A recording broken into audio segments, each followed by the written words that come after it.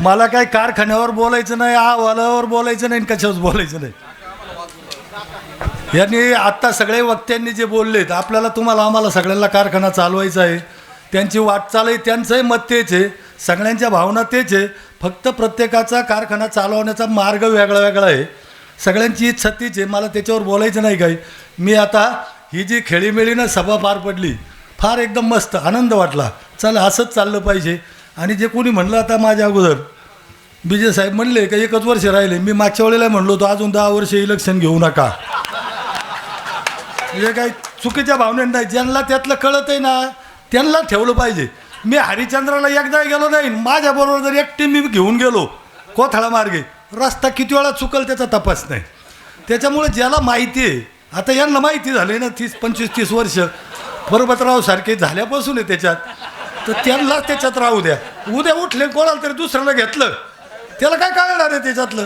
ज्याला कळत आहे त्यालाच त्याच्यात राहू द्या. म्हणजे मी परत चांगल्या भावनेने विनंती करतो हे. आणि तुम्ही कोणी लोड घेऊ नका, परत कारखान्यावर अजून कर्ज वाढवू नका. त्याच्यामुळं ही सभा खेळीमेळीत चालली, सगळ्यांनी त्याच्यावर मतं मांडली. मला त्याच्यावर काही मतं मांडायचे नाही, काही नाही. मी सगळ्यांना धन्यवाद देतो. मला फक्त एकच कळालं नाही का ज्यांनी हा अहवाल वाचन केलं ते म्हणले आपला हा कशाचा प्रकल्प, तो माझं शिक्षण कमी आहे ना, इथेनॉल प्रकल्प नील झाला.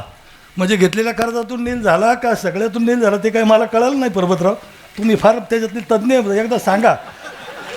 आणि गायकर साहेब म्हटले का आपल्याला बँक 2800 रुपये पोत्याला देते, बरोबर आहे ना, पण आपल्याला जास्त पैसे द्यावं लागत. पण होतं आपल्याला, माझ्या बोटात ही अंगठी आहे ना ही 1 तोळ्याची, त्याला आता बस संस्था 80,000-90,000 रुपये देते मला वाटतं.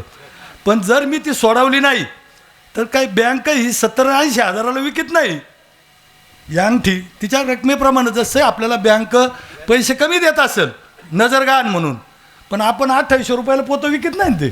त्याच्यामुळं हा तोटा मला पटला नाही. म्हणजे माझं शिक्षण कमी आहे, मला कळत कमी असेल त्याच्यातलं, मला त्याच्यावर आता जास्त जायचं नाही. त्याला काही हरकत नाही. सगळ्यांना धन्यवाद देतो. कारखाना असाच आपला चालू राहिला पाहिजे.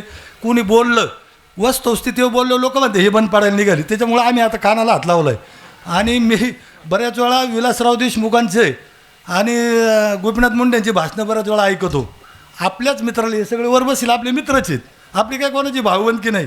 हे वर बसलेत म्हणून आपण ते तिथं बसलेत म्हणून बोलतोय. आणि मित्राने अडचणीत आणायचं नाही. हे विलासरावच्या भाषणातून गोपीनाथराव मुंडेंच्या भाषणातून मी ऐकलं आहे. त्याच्यामुळे आपल्याला यांना अडचणीत आणायचं नाही. रामकृष्ण हरी. याच्यानंतर एक विनंती करतो, इथं ही बोलायची जागा नाही पण सगळ्यांची माफी मागून विनंती करतो. आमच्या आईसाहेबांचं प्रथम पुण्यस्मरण येत्या 24 तारखेला कोथरूडला जान्हवी लॉन्समध्ये आहे. आणि त्यानिमित्तानं उद्धव महाराज मंडलिक नेवासेचे यांचा कार्यक्रम ठेवला आहे.